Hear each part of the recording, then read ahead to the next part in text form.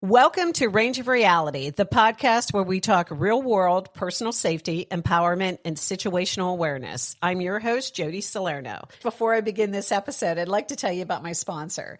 It's my sponsors that allow me to do this podcast, so please support them. If you ever have to defend yourself, the fight doesn't end when the threat is gone.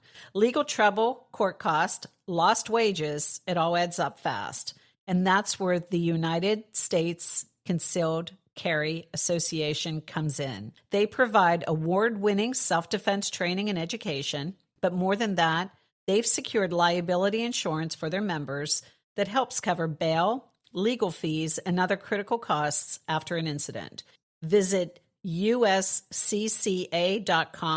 and see why peace of mind is part of being prepared. Hey there, everyone. Welcome back to Range of Reality. I'm Jody Salerno, and today we're talking about something that gets real fast. Boundaries and the red flags that push them. But not in a stiff textbooks way. This is a coffee table real talk. Like we're on a walk together, jackets zipped up against the wind, venting about life, and suddenly we start naming the things that don't sit right. So let's start with something honest. Most of us never got a Boundaries 101 class. We got be polite, don't make a scene, give them the benefit of the doubt.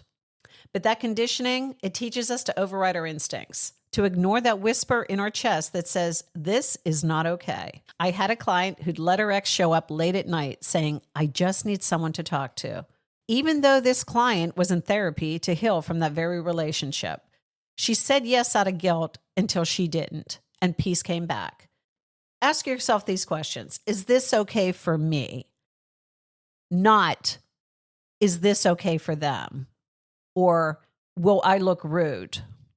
Setting solid boundaries is a way to express your self-respect and confidence to others. Boundaries are personal lines that show others who you are and who you are not. Boundaries also show others what you will do and what you will not do. The clearer that line is drawn, the greater the opportunity for others to know the true you. If the line in the sand is blurred, the more risk you take in assuming others know what to expect from you. In any relationship, if solid boundaries are not in place, it can be difficult to keep others from invading your space or your emotional energy. Without a personal plot of emotional real estate, boundaries, as a foundation, there's not a lot of room for self-esteem and individual morals to exist. Eventually, you might begin to feel crowded and overwhelmed by others' emotions and behaviors. It's far too easy to become a helicopter parent or enable others when personal boundaries are not fully in place. Are you unsure about how clear your boundaries are? Let's review the following situations. Then think about the last time you might have experienced any of these. Have you experienced feeling bad or guilty when saying no? Giving up personal values or rights to please someone? Taking personal responsibility for the way someone else feels?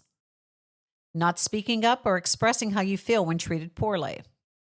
Or taking on someone else's emergencies as your own?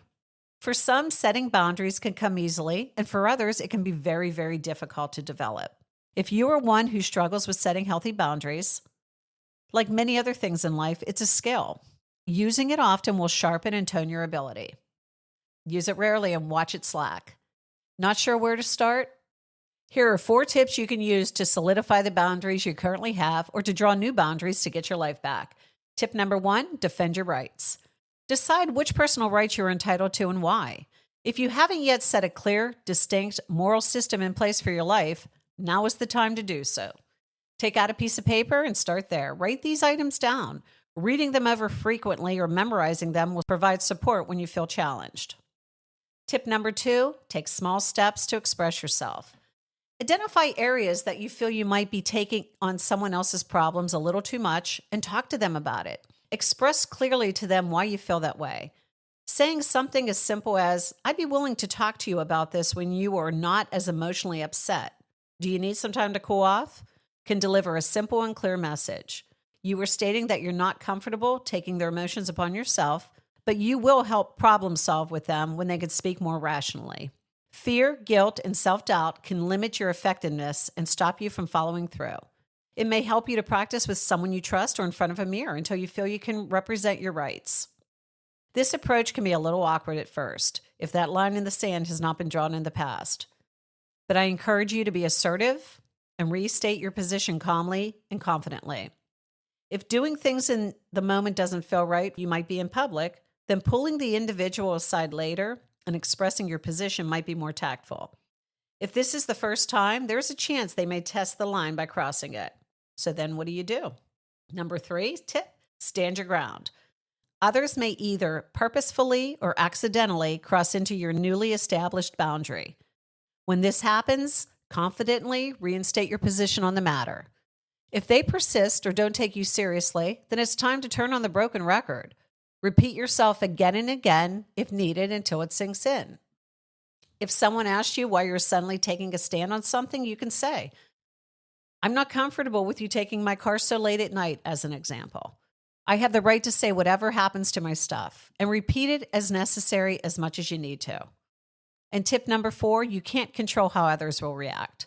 It's hard to know how someone will react when you draw the line in the sand. How they respond is not your responsibility. You can, however, control how you react. So don't get emotional in the moment. Keep the context within the logical and relaxed mindset, and it'll be much easier. If someone constantly refuses to respect your boundaries, let the burden lay on them to sort things out. You don't need to carry their feelings or actions on your shoulders. And don't mistake someone else's kindness and generosity for reasons to erase one of your lines. There should not be any instance that justifies giving up your rights or morals. There's a lot that can be learned through trial and error on this topic. So let's break it down. Here are 5 boundaries that I'd like to define for you. Number 1 would be physical boundaries. Let's say you're someone that doesn't like hugs, but at every church gathering, someone would rush in with arms wide open, not waiting for consent. Do you freeze? Do you endure the hug? And then you feel drained for the rest of the day? Someone who invades your space or touches you, even after you've clearly pulled away or said no, is a red flag. So ask yourself, do I speak up when someone makes me physically uncomfortable? Do I feel allowed to say no without guilt? And how about a friend who calls you during every relationship crisis, crying, venting, asking for advice? But the moment their love life smooths out, you don't hear from them again. We've all had friends like that. It feels like you were only useful when someone else was spiraling. So a red flag is friends who rely on your emotional labor and chaos, but disappear when you need their support. Ask yourself, check in, checklist. Do I check in with myself before saying yes to emotional demands? Do I feel drained after certain conversations more than I feel heard? And let's talk about time boundaries. You're building your side hustle while working full time. You have a roommate or a spouse who would constantly interrupt your evening work hours with casual chatter or requests for errands. They would say you're just on your laptop, or you're just doing research. You're just reading a book. It disrupts your focus and it delays your dreams. Another red flag, people who ignore or diminish your time commitments like your schedule is negotiable.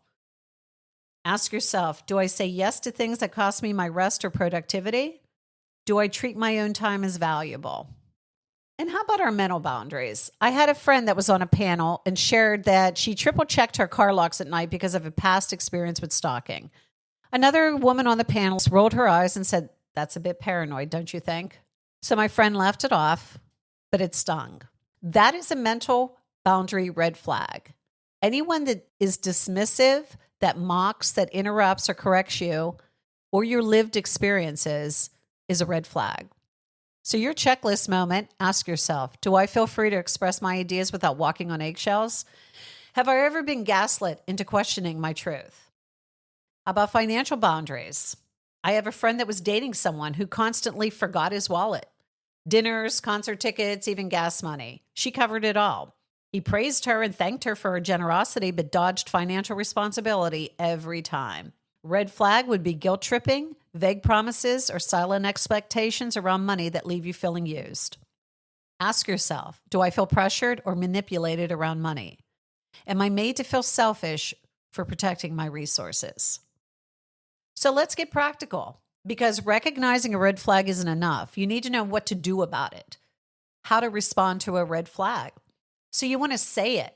I'm not okay with that. Please give me space. I need time to think. If you need an exit, Step away from the room or conversation. You can always mute, block, or set tech boundaries. You don't need permission to leave discomfort. And some of the tools that you could put in your toolbox would be Noonlight app. It sends your location to emergency contacts. Circle of Six. It sends discreet SOS texts. Or code words with a friend or partner for an I need help moment. And yes, it might feel awkward at first, but every time you honor your own signal, you build self-trust. One of the most important skills to master is your intuition. Intuition doesn't always yell. It's the whisper before the shout. Sometimes it's a quiet tightening in your chest, a flutter in your gut, a voice that says, don't get in that elevator. A friend once turned down a job after a weird interview vibe. The team was rushed and dismissive. Her gut said no. 2 months later, the company was hit with a public HR scandal. She had no proof. She just had a feeling, and that feeling saved her. Your intuition is a safety system. It's not rude. It's not silly. It's not irrational. It's real. It's wise, and it's yours. So here's the truth. You are not too much. You are not weak. You are not broken. You are becoming. When you start enforcing boundaries, life feels different. Sometimes lonelier, but always more peaceful. You sleep better. You speak stronger. You stop explaining your no. You start honoring your yes. So here's your coaching check-in for this week. What red flags am I done tolerating? What boundary will I practice, even if my voice shakes? Write it, say it out loud, share it with someone you trust. Make it real. Thank you for walking this path with me today. If you made it to the end of this episode, you're not just listening, you're changing. Download your boundaries and red flags checklist at rangeofreality.com. You'll get the 5 boundary categories, real life red flag examples, and a grounding reflection sheet to check in with your body and your voice. DM me, what boundary win are you celebrating this week? And share this episode with someone who's learning to trust themselves again, because protecting your peace isn't selfish. If you found today's episode helpful, please share it with other parents, students, and friends. Any product that you hear me discuss on this podcast can be found and purchased on my Amazon page. Additionally, I have products that are my personal favorites in terms of personal safety. Check the link in my description. Please subscribe, leave a review, and share it with your friends. Don't forget to support my sponsor, United States Concealed Carry Association, USCCA.com, or on my website, rangeofreality.com. Until next time, stay grounded, stay bold, and protect your peace.